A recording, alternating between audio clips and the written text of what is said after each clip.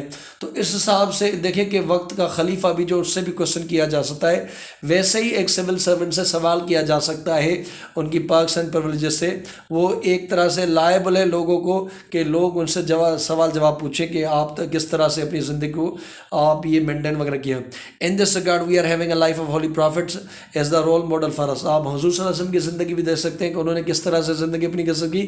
Civil servant کو بھی ان کو اپنا ایک رول ماڈل مان کے، ویسے یہ بھی جو مائیکل ہارٹ کی بک ہے 100 personality great personalities of the world, انہوں نے بینگ اے کرسچن نہ انہوں نے کی حضرت عیسیٰ کو رکھا، لیکن انہوں نے حضرت صلی اللہ علیہ وسلم کو اوپر رکھا تھا، تو یہ سب کے لیے رول ماڈل ہو سکتے ہیں، ٹھیک ہے نا۔ ان کی جو پولیٹیکل ملٹری اسپیشل ساری کے جو ان کی جو لائف تھی ویری سمپل تھی، تو چاہے وہ پولیٹیکل ہیڈ تھے، ملٹری ہیڈ تھے، کوئی بھی تھے، ان کی لائف ہمیشہ سمپل تھی۔ تو being a civil servant must always live a simple life, ایسا نہ ہو کہ وہ کوئی پومپس اینڈ شو والی لائف ہو، جو اس کے پیسے اس کے ڈسپوزبل ہے وہ ایک طرح سے ضائع کریں۔ حضرت عائشہ سے کوٹ کیا جاتا ہے، جب حضور صلی اللہ علیہ وسلم اس جہان سے چلے گئے تھے، we were having nothing to eat a night, تو ایک دیکھیں کہ ایک ریاست کا جو ہیڈ تھا، جو اسلام کا ایک فاؤنڈنگ فادر تھا، جو کہ انہوں نے فاؤنڈ تو کیا، لیکن ان کا حکم تو اللہ پاک نے دیا تھا، لیکن آپ دیکھ سکتے ہیں کہ ان کے جب ڈیمائز ہو جاتے تو رات کو ان کے پاس بھی کھانے کے لیے کچھ نہیں تھا۔ اب یہاں پہ جو سرونٹ ہوتا ہے ان کی آپ زندگی کو کھانا، بچے وغیرہ دیکھ سکتے ہیں۔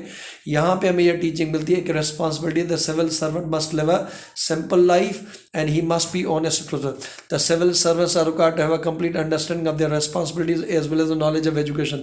اگر ان کو نالج وغیرہ پوری ہونی چاہیے، کیونکہ اگر ان کے پاس نالج وغیرہ ہوگی تبھی تو اپنی ڈیوٹیز وغیرہ افیکٹو وے سے گزار سکتے ہیں۔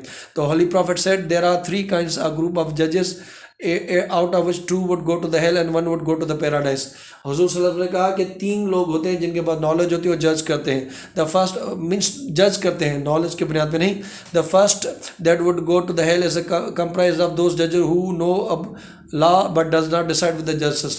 پہلے وہ لوگ ہوتے ہیں جو جہنم میں جائیں گے جن کو قانون کی معلومات ہوتی ہے، لیکن وہ قانون سے حساب سے انصاف نہیں کرتے، کہ وہ بھی جہنم جائیں گے۔ The second group of people hell consists of those judges who do not know all the second group of hell consists of those judges who do not know law but still educate cases۔ The only group that will go to the paradise is those group who know the law and dispose of the cases with the justice and the merit۔ تو حضور صلی اللہ علیہ وسلم نے بھی یہاں بتایا کہ جو سول سرونٹ ہو اس کے پاس اپنی نالج ہونی چاہیے، جس وہ چیئر پہ بیٹھا ہے، جس پوزیشن پہ بیٹھا ہے، اس کو پتہ ہونا چاہیے کہ اس کے اوپر قانون کیا کہتا ہے، ریلیجن کیا کہتا ہے، ساری چیزیں کیا کہتی ہیں، اس حساب سے پھر وہ اپنی جو ریسپانسبلٹیز وغیرہ اس کو ڈسچارج کرے۔ تو ایک تو حضور نے کہا کہ وہ لوگ جہنم میں جائیں گے جن کو نالج ہوتی ہے، اور اس نالج ہونے کے باوجود بھی اس نالج کے قانون کے بنیاد پہ وہ فیصلے وغیرہ نہیں کرتے۔ سیکنڈ وہ لوگ جائیں گے جہنم میں جن کو نالج ہوتی ہے پھر بھی فیصلہ کرتے ہیں۔